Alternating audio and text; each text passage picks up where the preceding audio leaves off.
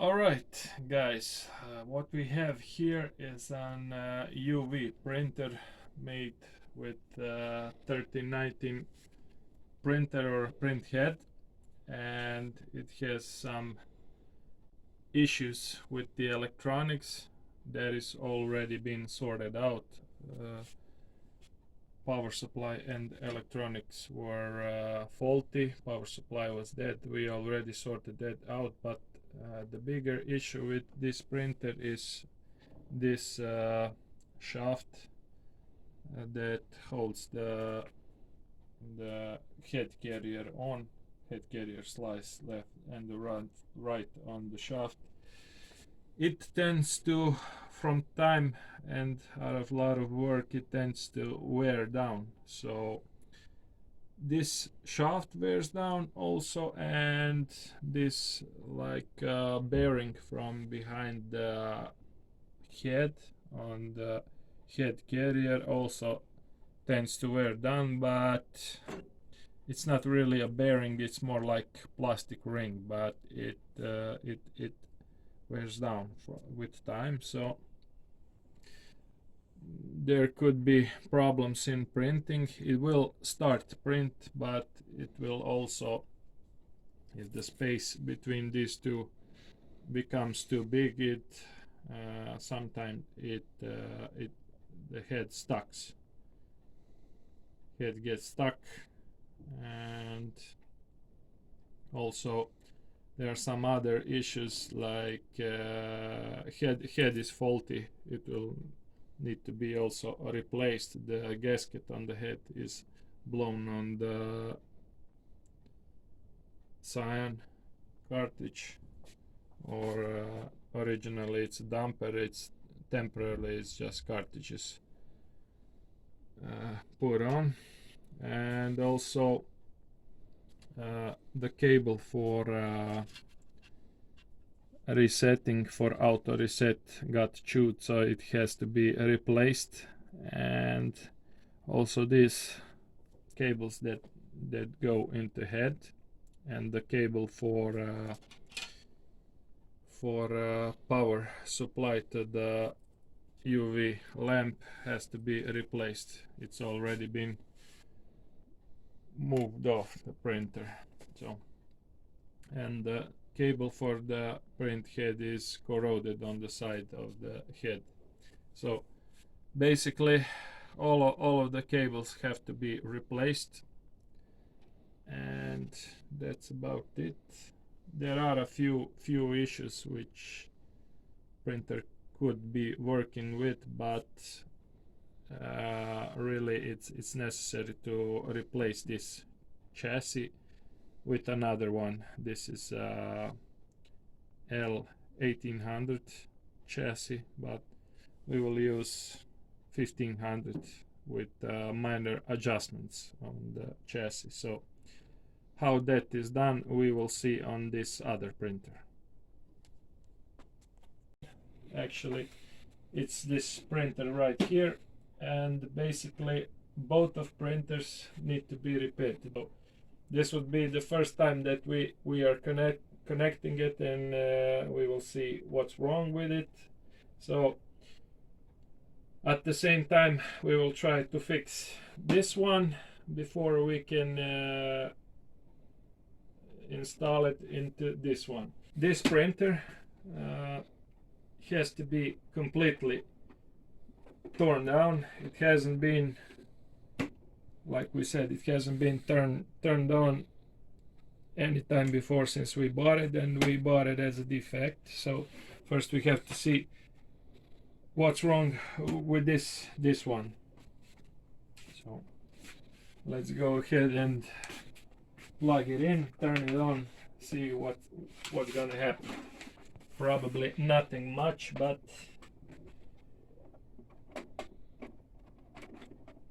that's the 220 volts.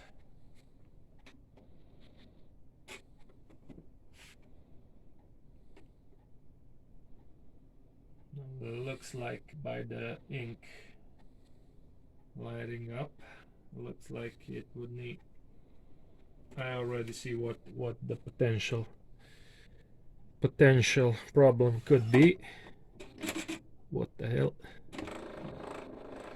Okay, so we won't continue with the head cleaning. The printer has started automatic head cleaning, but we won't do that because already I saw when the head went left, I already saw that this capping station is, for some reason, is, I think that part of it is broken, so it fell off out of her place. So that definitely should be replaced. But since we will be doing removing chassis basically, so we don't basically need to repair that right now, we can just strip it off. But if we want to use this pump anytime in the future, this capping station looks to be tampered with. Somebody has cut the gasket with, I don't know, with a knife, it looks like it. So if we tend to repair that pump, which certainly is possible, you'll have to do that first. But for this project, this is not important at the moment. So probably the problem is with the pump, with the capping station, and probably, as I see from the ink showing and the other LED blinking, probably it needs a reset. So reset is done when printer is at the end of the predicted lifespan. But it's not a big deal. It has to be reset with software.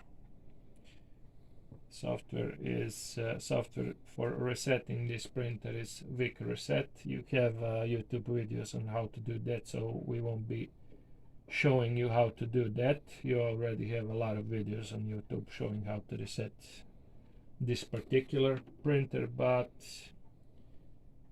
now we know what the problem is. And of course, during the disassembling, we will also have to check what's the state of the head of this printer. What we can continue to do is basically disassemble everything on this printer to get to the chassis, and also remove this pump.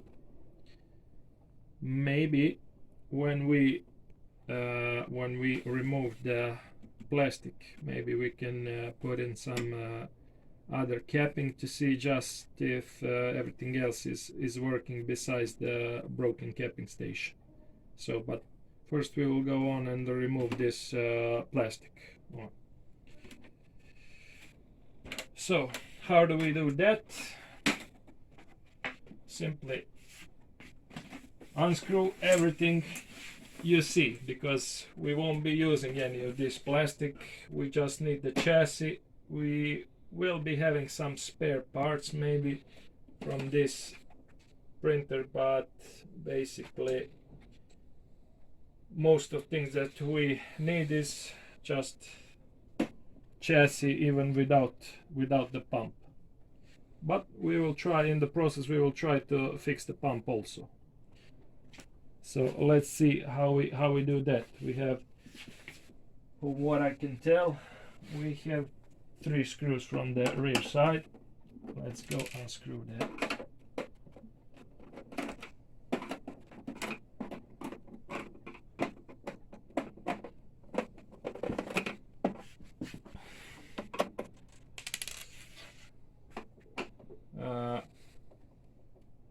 So you can see somebody has tried to open this printer before, because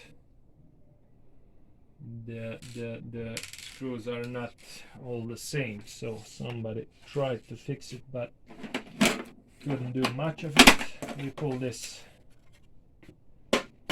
back already, I'm seeing this is the spring that goes on the capping station, so somehow it ended up at the end of the printer. That's interesting, but we'll try to put that back on the capping station and see if everything else is working. And we continue on. Not a lot of printer we did with this new plastic from the outside, but it's not a problem because basically what you have to do is to strip anything you see stripped down. So this is the bonnet in the front.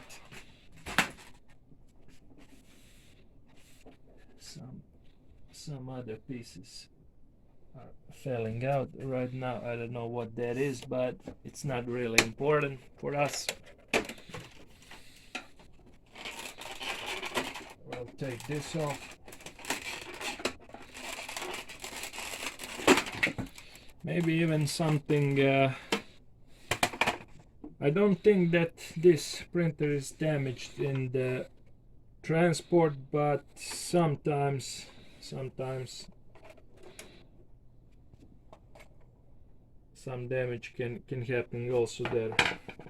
Like probably this side is a bit, it's either damage in the transport or somebody tried to, I think this side was torn off because someone did try to change the pipe or point the pipe for waste ink outside the printer. So this pipe is added to the printer, and this is put somewhere else to collect the waste ink. So this is not transport damage. This is simply somebody tore it off to install that other pipe. So you see all of these I don't know how you call brackets or something are torn off. So, but also it's not very important. Plastic is not important for us. So this is basically how you dismantle it. You have to pull this two parts off. These two front parts, that's one and that's two, and then you have a couple of screws inside, and you have this. We'll put this aside. So you dismantle this by pulling it up, and also there's something that we have to do first. With this small screwdriver you have to pull this up. There you go. Alright, so what else you can do? You can remove this keyboard. It's not that hard at all.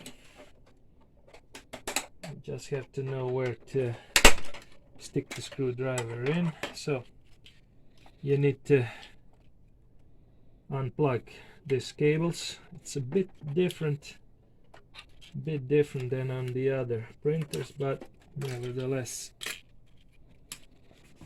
none of this is really important.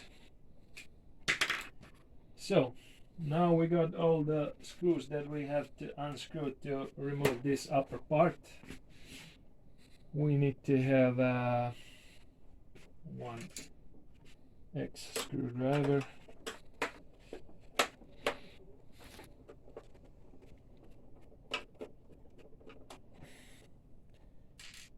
bigger screwdriver actually than this one is better.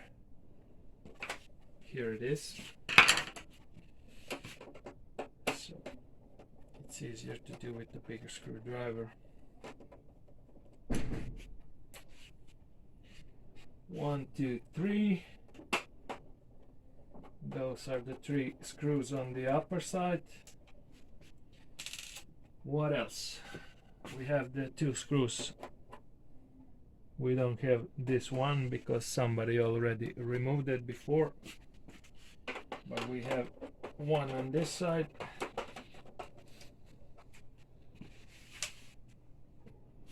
And I think we're good now to pull it up.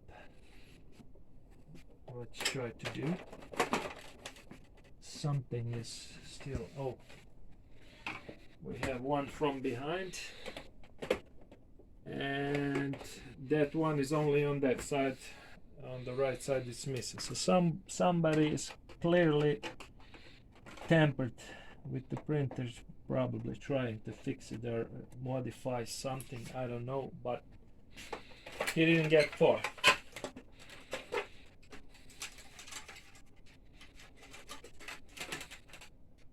Something is still holding, probably these wires, yes.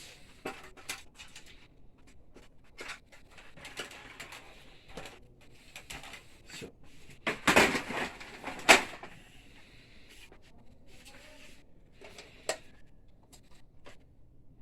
probably usually when you leave the head like this without any cartridges inside, probably the head at least on 1 or 2 channel is clogged. So basically whatever you do, you leave the cartridges inside and check if there's ink in cartridges, because sometimes the cartridges are still showing that there is ink inside, and sometimes the ink is spent inside the cartridges, but it still shows that the ink is inside, so you might be in a situation that the head on that channel that is dry also dries the channel gets clogged. So we don't need this part, we won't be using it, so we will remove it. Also, we don't have to be gentle to do it, but let's try with sometimes you have to have pliers.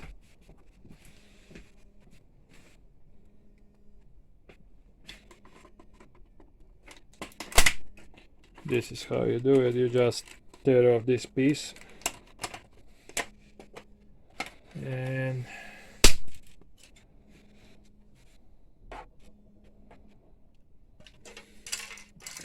we don't need that no more. So I don't know, maybe we should try to put the other capping station inside. This one, as you can see, has this little piece broken,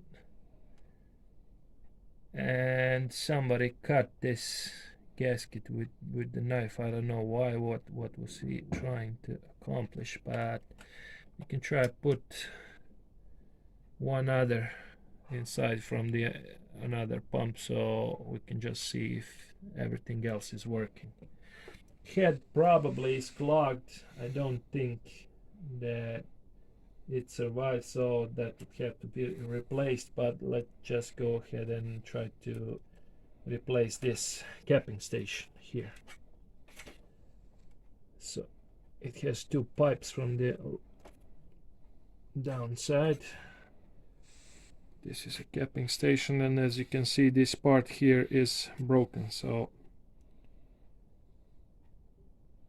that's the way that it went out.